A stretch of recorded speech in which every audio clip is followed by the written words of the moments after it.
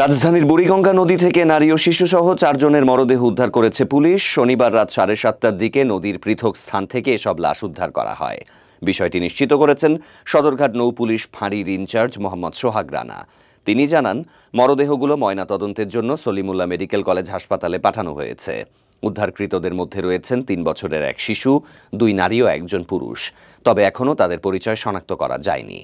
প্রথমে কেরানীগঞ্জের মিরেরবাগ কোল্ড স্টোরেজের কাছে নদীতে ভাসমান অবস্থায় 30 বছরের এক নারীর লাশ উদ্ধার করা হয়। তার গলায় কালো বোরকা পেঁচানো ছিল এবং পরনে ছিল গোলাপি রঙের সালোয়ার কামিজ। প্রায় 1 ঘন্টা পর একই স্থান থেকে ওড়না দিয়ে পেঁচানো 3 বছরের এক ছেলে শিশুর মরদেহ উদ্ধার করা হয়। ধারণা করা হচ্ছে তিনি ওই শিশুর মা হতে পারেন। অন্যদিকে কেরানীগঞ্জের জিঞ্জিরা ইউনিয়নের মাদারীপুর জামে মসজিদের পাশ থেকে রাত 7:30টার দিকে উদ্ধার করা হয় 40 বছরের এক পুরুষ ও 30 বছরের এক নারীর মরদেহ।